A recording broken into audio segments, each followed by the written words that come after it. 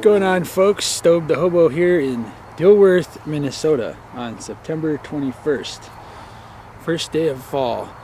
And for today's episode, this week's episode, we're going to be featuring the Highline from Fargo, Dilworth area to Whitefish, Montana. So, as you can see, it's a decent sized train yard here and there's not a lot of cover. We got the main lines where this coal empty is sitting. Those main lines are where the westbounds are going to pull in. So got a really not a lot of cover here. I think I'm decent. It's a Sunday, which is good, so there shouldn't be a lot of workers around in there. So there's a junction ahead right at Fargo, basically, where trains can go either to Billings on the low line or the Highline, which goes up into North Dakota. Well, they both go to North Dakota, but the Highline goes to Minot and then Glasgow. It kind of goes through that back-in oil region. In order to be sure I get the right train out of here, I'm going to need to get a train with double stack containers, because out of here, those only go to Seattle or Portland, meaning they're guaranteed to take the Highline. There's definitely some risk out here hanging out with a pack. There's basically no good reason why you'd be out here. I haven't seen any workers, but you know, you got this tower here, and he's got some kind of a camera apparatus. I don't know if it's on or if they're watching it, but either way, it's probably best done at night. But it's 10 in the morning, and that would mean waiting another, you know, almost 10 hours. So probably just gonna sit here and see what happens. And these trees would be a better spot once I've determined that, I mean, basically anyone seeing me on this road with a pack, I could go through this guy's soy field, but that's not very considerate, and he might see me. So I'm gonna have to go up this road, middle of the daytime, to those trees, and then it should be safe.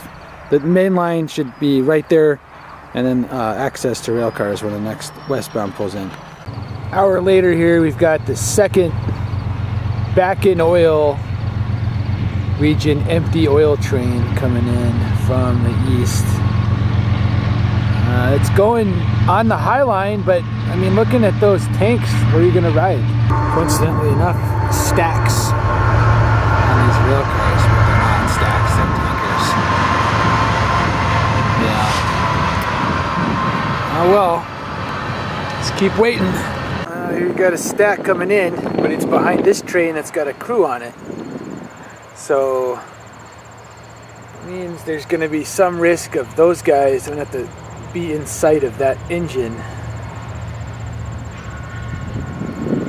down there. Here he comes. So technically the guys in the front engine might be able to see running across this field over to this car.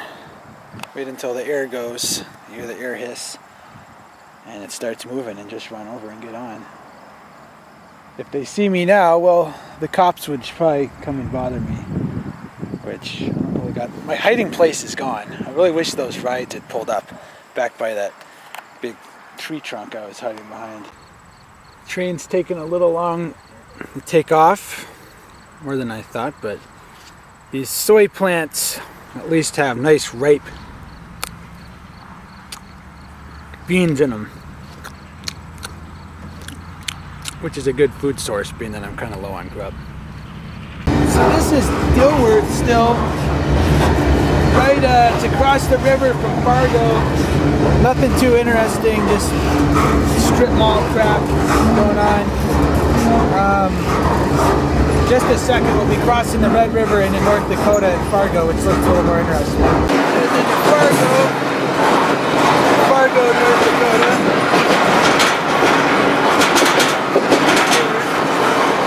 Here's Fargo. Again, it had that movie named after it and stuff. Not a terribly interesting town. I thought about coming up here, but it's like an 8-mile walk from the train yard. There's the Red River. Not too big a deal. It flooded a couple years ago. And This is now the border into North Dakota.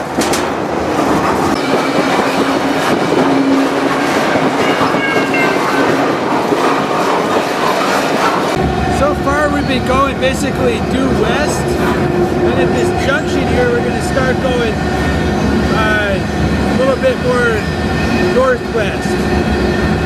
Off to the left here, this is where it trains to Billings.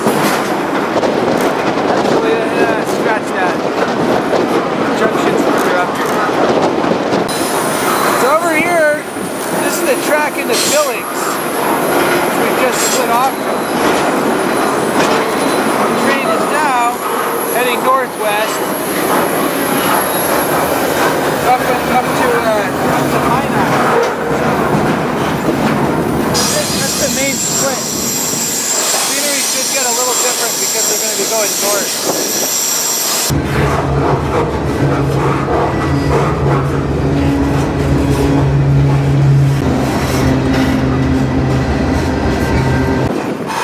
Train's currently stopping here to let this empty grain back off the main line and reload up ahead, I believe, in quite a big silo.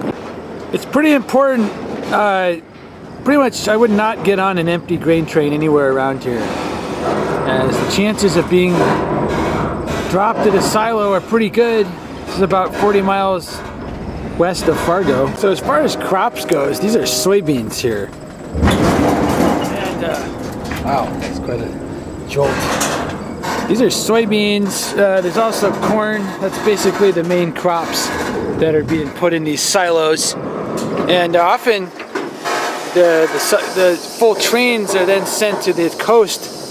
The entire contents put on a freighter. As you can see, this is a lot of grain, or soybeans or corn that you can put on this train right here in the North Dakota countryside.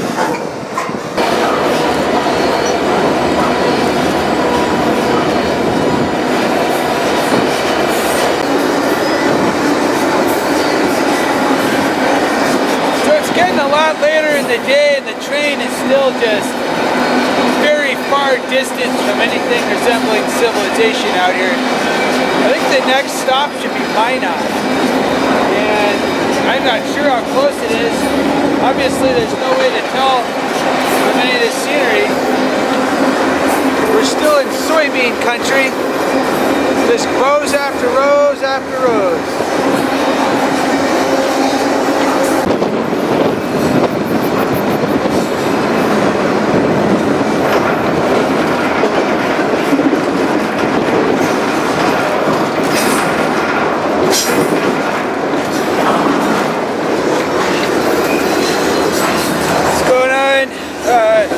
It's getting dark and the train still ain't to the next town. There's been some lame stops going on. So probably be arriving at Minot at some point in the dark. It's always hard to have a specific time or schedule with these trains because you never know when these stupid stops are going to happen. What's going on? Stobe the Hobo. Fast forward a few hours. Out here on the basically the edge of town, Minot, and I'm kind of frustrated. I've been basically walked all the way out here from down by the train tracks looking for any place that sells beer, and there's nothing because it's Sunday or some crap. I mean, why do you think I got off the train? To just come see another, town with a bunch of roughnecks driving huge Dodge Ram trucks around? So I guess I'll have to wait till tomorrow. It's a major gig against this place. You'd think this rough Dakotas wouldn't, have an issue with me buying a beer at 10:30 on a Sunday. I'm kind of flipping out because I don't really have the money to go to a bar. Yeah, I'm kind of annoyed I don't have the money to go to a bar. I've only got $40 in cash to get back to Montana. So I'm thinking it's just going to be a dry night back at the campsite by the train tracks. So this is Minot, the 22nd of September. It's still pretty nice temperature. It's about 70 degrees. I'm right here at the BNSF yard office. We're doing a crew change right now for this westbound General Manifest freight train.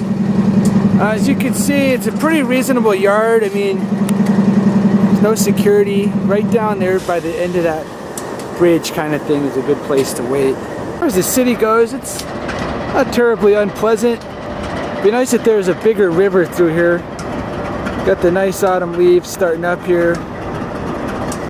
Then here to the north, you got some hills, trees, so it's not as barren and desolate as people think of most of North Dakota. We're fairly close to Williston, where basically the back-in oil region, the center of it is right there. That's about 100 miles from here, so a lot of people live there. Or actually, a lot of people, I should say, live here and then commute there. It's kind of a 1 week on, 1 week off kind of a job. So there's a lot of big Macho Man trucks driving around, roughnecks in them. Right, well that's pretty much Minot for you. It's not a whole lot to see here. Definitely want to point out, if you're enamored by all that oil boom going on and thinking of making your 100 or 150,000 a year starting out, just remember these towns up here, there's nothing going on, and it's going to be a struggle to spend that much money. I mean,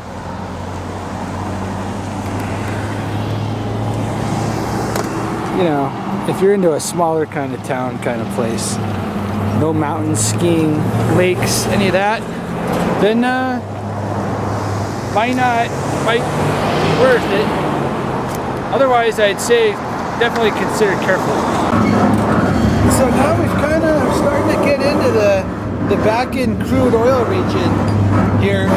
It's about 15 miles out of Minot. Right here you got a huge tanker train getting refilled at this facility here. There's a lot of construction, a lot of stuff going on in the area. It's important to stay down in the daytime. There's workers everywhere. There's guys like Farmer Ben right here.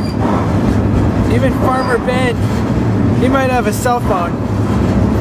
So it's kind of hard to like enjoy the quote unquote scenery out here with all these workers.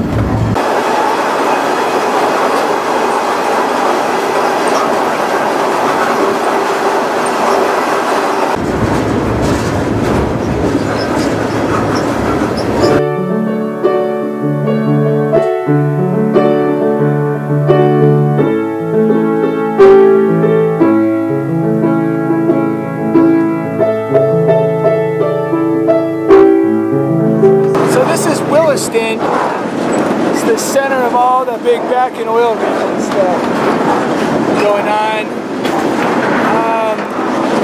Again, if you're thinking of coming out here for the boom, this is where you're going to live.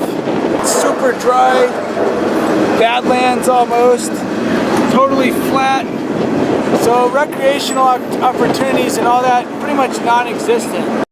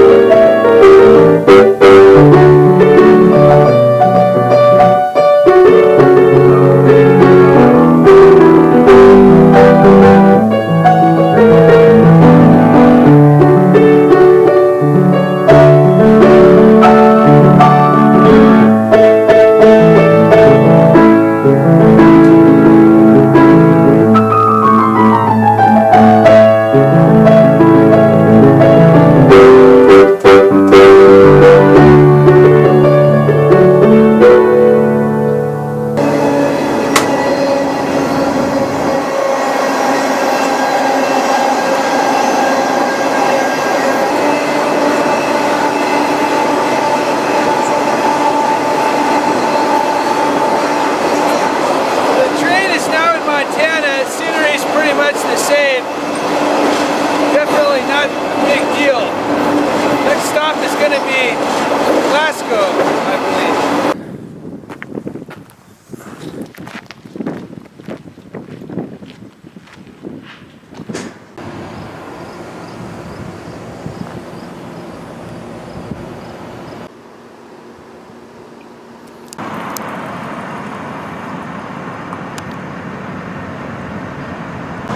So this is Glasgow or Glasgow or however you say it. And you know, if you don't have the budget to go to Glasgow, Scotland, I guess you could come out here because it's not quite as far and it's definitely a lot less exciting. There's like nothing going on here. I'm kind of wondering why I got off. I did manage to find some beer. There's like a major mosquito infestation going on right now, even in September. I mean, if you look, all these bastards. I've got about 200 bites on my legs from these things over the last couple days. So it's a pleasant little town. It's too hot in the summer.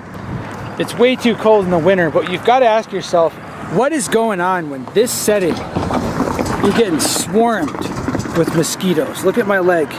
Look at all of them. Go to hell! It's just not worth it, folks. I don't know what's going on, but I cannot recommend getting off the train here. Swarmed. Absolutely mother frickin' swarmed with bugs is what's going on.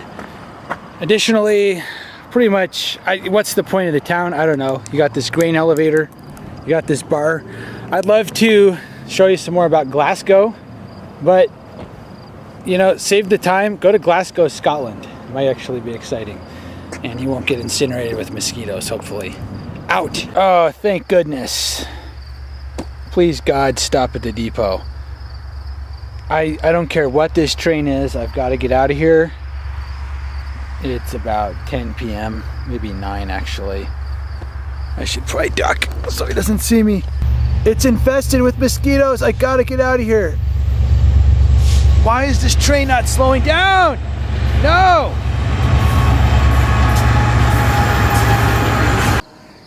Well, you know, I was hoping to do a little bit more in Glasgow. A little like Scottish theme, you know, how the middle of the Badlands of Montana has somehow got a Scottish name. But the mosquitoes are so out of control. For some reason, it's just time to get out of here. It's 10 p.m. on September 23rd. I'm heading west. Darkest hours of the night. Stobe, Jim Kenobi, out!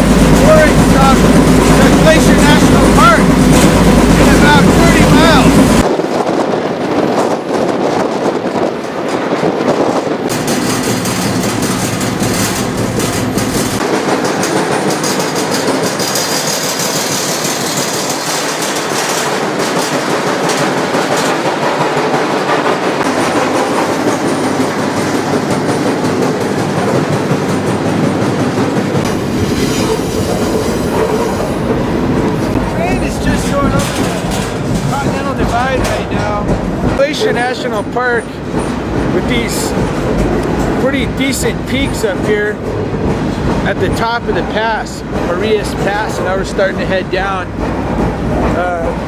Whitefish is about 50 more miles through the woods, so it's a welcome relief from those bugs to be here. Things have really cooled off. Definitely going to need a jacket when I get out of this sleeping bag.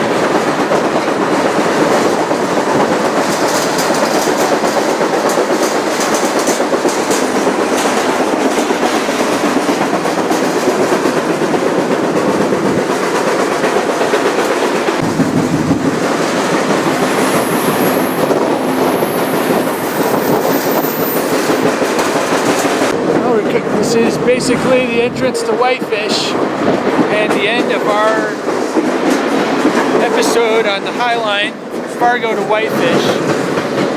Coming right into the Whitefish yard here. As you can see, this is probably the top. It's probably the top spot, you know, on the whole line to get on and off. We've got beautiful mountains, lake. There's a nice town up here too. So I'm just going to wait a little longer, then bail off and conclude the trip in Whitefish.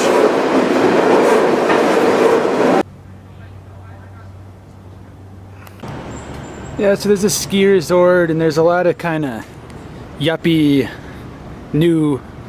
nouveau fashion kind of stuff going on here. There's a lot of wealth.